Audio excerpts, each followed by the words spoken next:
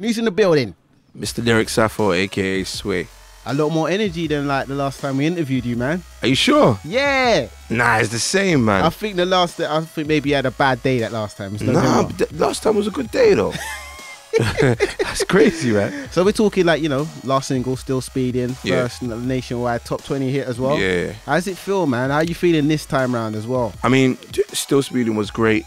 You know what I mean, in the sense that, like I had been away for a while, and to be able to come back, the first track that I come back with from my campaign, and to have it be the highest charting single that I've released was just phenomenal. I mean, with Level Up, obviously with the success of Still Speeding, a lot of people are just assuming that Level Up will do the same thing. You know what I mean? And obviously it's a great expectation to have. You know what I mean? If it goes top 20 as well, like Still Speeding done, it'll be a great move, but it's not the be all and end all. I want a second single. I have an album. You know what I mean? I've always been an artist that is about the album, but politically you have to play this music industry game, and in order to sell an album and have a label invest in the album and push the album, you got to give them the singles. You know what I mean? And I've never been the one that wants to make a single for the sake of making a single. You know what I mean? It's got to be a single that fits in the tone of the album. And so, you have Still Speeding, which was all about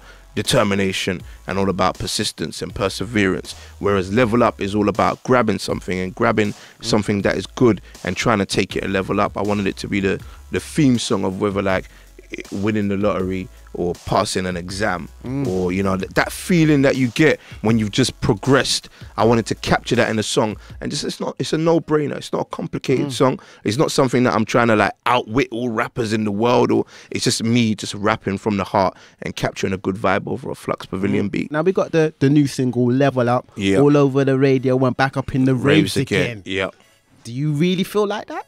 Yeah, definitely, man. I mean, like you have to understand, I was away, like 2008 was the last album. You know what I mean? And after 2008, I went through some stuff in real life, you know what I mean? Like I went through some mental healing that I had to go through from personal things that had happened to me.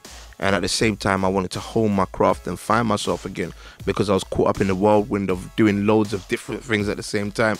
So I was away for a minute, and when you're away from the scene, people, it's just, it's an industry. Entertainment is so much. People, it's not even just about not surviving. People forget. You know what I mean? Like, people forget. And the last thing you want to do is come back and remind people with words. You got to remind people with actions. When you remind people with words, that could be mistaken for being bitter about what's going on now. You know what I mean? So I was never one to come out and, like before releasing a record and be like, yeah, I'm Sway. Yeah, I was the first one to win the Mobo for unsigned, like the first unsigned rapper to win a Mobo, the first rapper to win a BET. I was the first one to sell over 60,000 records independently. That doesn't matter, because now you have artists that are doing 300,000 singles. You know what I mean? It's a new age, it's a new time. You understand? So with me, it was all about the action. You know what I mean? It was all about capture, like speaking in action, like saying, I've been doing this for a long time. I'm still having fun. I like being creative, but let's put the music out there, let the music speak. You know what I mean? And let's make music that we actually enjoy. That's the most important part of it. And produced by Flux Pavilion as well. How did that hookup happen, man? Well, basically, I played like 1 or 2 records to a mutual friend of ours, Semtex. I played 1 or 2 records, and he was like, the zone that you're going in sonically is very like positive, you know what I mean, uplifting, but it's very bass heavy. You know what I mean? And you need to hook up with a bass heavy. And I was like, yeah, but I saw the dubstep thing going on. I loved it. You know what I mean? But I didn't want to jump on a dubstep bandwagon. I don't want to try and be a dubstep artist. I'm not from that genre. I'm not from that scene. I appreciate the music. And he played me Flux. And I said, like, Flux is on some, like, almost borderline MOP shit. You know what I mean? Like MOP could go crazy over a Flux Riot record. music. You know what I mean? Like, yeah, it's dubstep, but it's not stereotypical wob all over the place. And you know what I mean? Yeah. It's very calculated. So, it was as simple as this. A lot of people are like, oh, your management knows his management. No, I Facebooked him. You know what I mean? I said, yo, Flux, my name is Sway. You know what I mean? I'm working on an album right now. You know what I mean? Like, and I would like to collaborate with you if possible.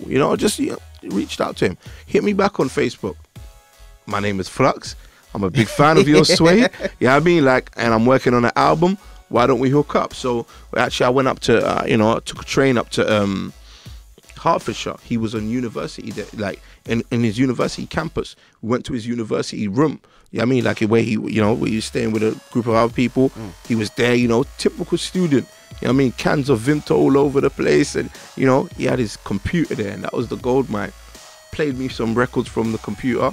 And I was just like, this guy is out of this world. Like, and some of the stuff he was playing me as well was like, it was scientifical. It wasn't like just about throwing things together. He was talking about frequencies and stuff, like the different frequencies that touch different parts of people's emotions and stuff. And that's why I said, you know what, I'm dealing with a special person here. You know what I mean? And it was like, literally, we done one record for his album with P Money. We called P Money, and then we were all in Flux's room working on this record.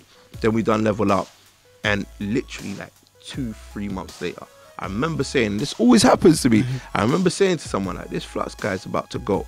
Then it got announced, Watch the Throne. They're taking Flux's beat for Watch the Throne.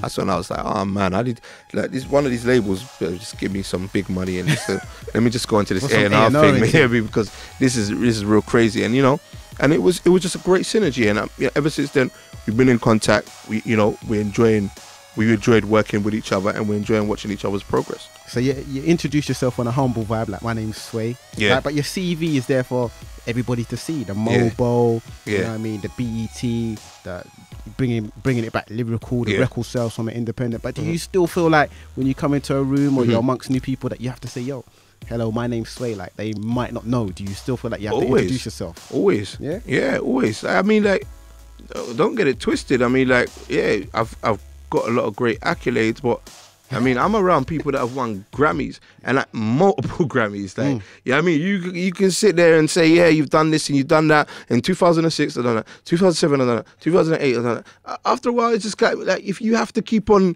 relaying it, you have to just introduce yourself and let the actions speak. You know what I mean? It's no. You know what I mean? Like, I know there's greater things to come because I'm working towards greater things to come. So there's no point in hanging on to the past. You know what I mean? So, and don't get it twisted. I've done shows recently. The funniest thing, I've done shows, I've come off stage and kids are coming up to me like, I can't wait till you release your first album, man. You know what I mean? Like, and it's like, they genuinely mean it. Like, they don't know who the hell I am prior to Still Speeding. You know what I mean? Fan base though. It's a good thing. It is. I don't see it as a negative at all. I don't stand there and look at these little 14-year-olds and be like, what did you say? Do you know who I am? Do you know how many records I've dropped? Do you know how many mixtapes I've got? Now, come on, man. This is just childish. You know what I mean?